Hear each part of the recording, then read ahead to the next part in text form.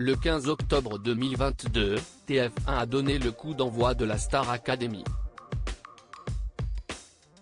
Ainsi, les téléspectateurs ont pu faire la connaissance des 13 élèves de la promotion. Si ces derniers pensaient avoir une vie de château à Damary-les-Lys, ils sont vite redescendus de leur petit nuage.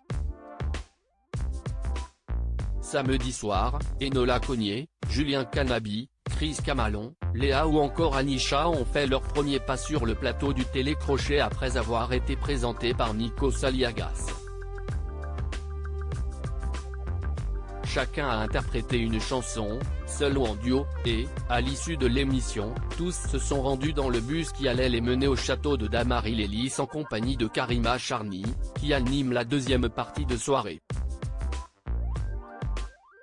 Un lieu qui a été totalement rénové pour accueillir les nouveaux élèves qui suivront différents cours, dont celui d'Adeline Tounayouti, la professeure de chant ou de Pierre de Brouwer, qui enseigne le théâtre.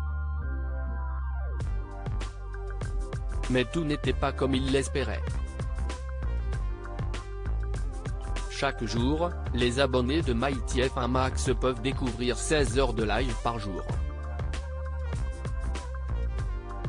L'occasion de voir les premiers pas des candidats avant la première quotidienne, diffusée ce lundi 17 octobre, à partir de 17h30, sur TF1.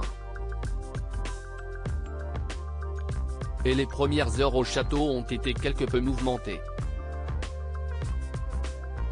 Ainsi, on a appris que l'une des nuits des garçons a été mouvementée.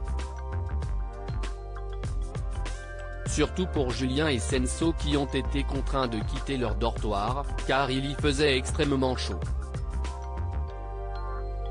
400 degrés si l'on en croit le frère de Mathieu Canabi. Une courte nuit survenue alors que dès le lendemain, les cours débutaient. Ce n'est pas tout. Le nouveau professeur de danse Yanis Marshall a eu le droit à une mauvaise surprise lors de son cours. Des fuites d'eau ont été constatées ainsi qu'une punaise volante. De quoi effrayer le chorégraphe de 32 ans. Ses élèves, eux, étaient plus sereins. Les candidats ont assuré qu'ils avaient aussi vu cette bête dans les chambres, ainsi que des cafards. Une cohabitation à laquelle personne ne s'attendait. Doit-on y voir un crossover secret avec Koh-Lanta? Ce qui est certain si est que comme à la fin de l'émission présentée par Denis Brognard, il ne restera qu'un.